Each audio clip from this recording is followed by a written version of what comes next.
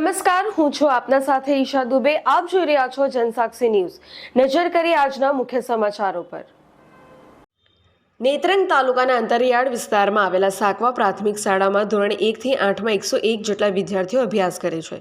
આ શાળાના ઓરડા જર્જરિત તેમજ ખંડેર હાલતમાં હોવાથી ગમે ત્યારે ધારાશાયી થવાની દહેશત જણાતા આચાર્ય શિક્ષકો વિદ્યાર્થીઓને તેમાં અભ્યાસ કરાવતા નથી. છેલ્લા 12 વર્ષથી વિદ્યાર્થીઓને ખાનગી વાહનોમાં કાકડકોઈ પ્રાથમિક શાળામાં અભ્યાસ અર્થે મોકલવામાં આવતા હતા, પરંતુ કાકડકોઈ પ્રાથમિક શાળાના ઓરડા પણ જર્જરિત તેમજ ખંડેર હાલતમાં હોવાથી ત્યાં વિદ્યાર્થીઓને બેસાડી શકાય તેમ નહીં હોવાથી સાકવા પ્રાથમિક શાળામાં જ ખુલ્લા આકાશની નીચે વિદ્યાર્થીઓને અભ્યાસ કરાવવા શિક્ષકો મજબૂર બન્યા છે.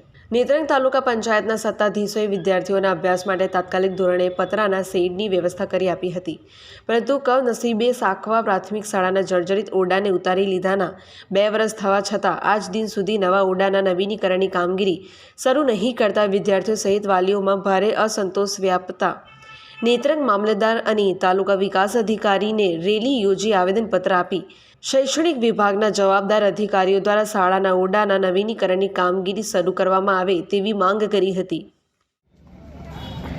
મારું નામ વૈશાલીબેન શરણભાઈ વસા છે. અમે સાકવા સ્કૂલથી આવ્યા છે. અમારી 2 વર્ષથી સ્કૂલ તોડી નાખી છે. સરકારે તોડાવી નાખી છે. અમે બહાર તડકામાં બેસીને ભણીએ છીએ. ટોયલેટ પેશાબ કરવા માટે સંડાસ બાથરૂમ બી નથી. આ સ્કૂલ બનાવવા માટે તમે પહેલાં કંઈક રજૂઆત કરી હતી? હા. તો ત્યાંથી તમને શું કહેવામાં આવ્યું હતું? કે સ્કૂલ સ્કૂલના ખાડા ખોદાવો. 4 મહિનામાં થઈ જશે. પણ સ્કૂલનું કામ શરૂ થયું છે? નથી થયું.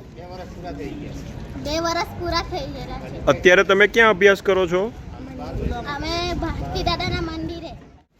આજરોજ તારીખ 17/11/2025ના દિને હરેઠે ગુરુગ્રામ પંચાયતના આવેલા સાકવા ગામે પ્રાથમિક શાળા બાબતનો પ્રશ્ન છે. એ સાકવા પ્રાથમિક શાળા પતરાની જૂની હતી, એટલે 3 વર્ષ પહેલાં એ પતરા ફૂટી જવાને કારણે જર્જરિત હતી અને એના કારણે 3 વર્ષ પહેલાં ચોમાસામાં 1 ફૂટ ઉપર પાણી ભરાયેલું હતું. ત્યારથી સાકવા ગામના વાલીઓએ બાળકો અને અમે સરપંચ તરીકે અમે પોતે પણ સરકારશ્રીમાં રજૂઆત કરેલી અને એના પછી ગઈ સાલ તાલુકા પંચાયતમાંથી ટીએલઓ એટલે જે શિક્ષણ વિભાગમાંથી અને એસએમસી સમિતિ દ્વારા આ રૂમો તોડી પાડવામાં આવેલ ગઈ સાલ ચોમાસામાં, અને એવું કીધેલું હતું કે પેકેજમાં લગભગ 43 રૂમો મંજૂર થયા છે, પરંતુ હજુ સુધી આ રૂમો બનેલ નથી અને ત્યાં અત્યારે જગ્યા બધી ખાલી છે. બાળકો કાકડકોઈ ભણતા અત્યારે ત્યાં સાકવા ભાતુજી મંદિરે પ્રમુખશ્રીએ શેડ બનાવ્યો તેમાં ભણે છે, પરંતુ ચોમાસામાં પણ ત્યાં વાછીટ ઘણી લાગતી, ત્યાં ટોયલેટ બાથરૂમની કોઈ બીજી વ્યવસ્થા નથી, એટલે બાળકોને ઘણી અગવડ પડતી. અત્યારે પણ પરિસ્થિતિ એવી છે કે શિયાળાનો સમય છે, ઠંડી બહુ લાગે, એટલે બાળકો ઠંડીમાં પણ ઠૂંઠવાઈને ત્યાં ભણે છે. એટલે અમારી અને સાકવા ગામના વડીલો અને ગામ લોકો અને બાળકોની માગણી એવી છે કે અમારી સ્કૂલ જલ્દીમાં જલ્દી બની જાય તો આ બાળકો વહેલી તકે શાળામાં ભણતા થઈ જાય. એની સાથે એમડીએમનો રૂમની પણ જરૂર છે, એટલે મધ્યાહન ભોજનના શેડ પણ બની જાય તો બાળકોને સારી સુવિધા મળે એવી અમારી ખાસ લાગણી અને માગણી છે. ગામના સરપંચ તરીકે સ્કૂલના નિર્માણ બાબતે તમે અગાઉ કોઈને રજૂઆત કરી હતી? આ અગાઉ પણ અમે મામલતદાર કચેરીમાં અને તાલુકા પંચાયતમાં રજૂઆત કરેલ છે. શિક્ષણ અધિકારીને પણ એની રજૂઆત કરેલ હતી અને અવારનવાર અમે ટીડીઓને પણ મળતા હોઈએ છીએ, ત્યારે પણ અમે રજૂઆત કરીએ છીએ. ત્યાંથી તમને શું આશ્વાસન આપવામાં આવે છે, શું કહેવામાં આવે છે? રજૂઆત કરી છે અને એ મંજૂર થશે, પરંતુ હાલમાં ગુજરાત પેટર્નમાંથી 10 લાખ રૂપિયા મંજૂર કર્યા છે, એટલે લગભગ કદાચ આવે તો 2 રૂમ આવે એવી પરિસ્થિતિ છે, પણ હજુ એની ટેન્ડર પ્રક્રિયા બાકી છે.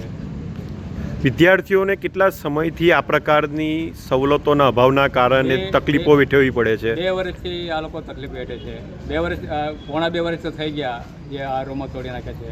ઘણા ખરા વિદ્યાર્થીઓ જીવના જોખમે મુસાફરી કરી અન્ય શાળામાં પણ અભ્યાસ કરતા જતા હતા, એવી પણ ફરિયાદો આવી હતી. એ પણ હતું, એ લોકો કાકડકોઈ જતા તે પછી અમને પણ એવું લાગ્યું કે બાળકો સવારે જાય સાંજે આવે ક્યારે એ નક્કી નહીં, એટલે પછી અમે રજૂઆત કરી હતી કે ખરેખર તમે આ બાળકોને જે બીજા ભાડાના વાહનો મોકલો છે એ ખરેખર ખોટું છે, એટલે બંધ થઈ જવું જોઈએ.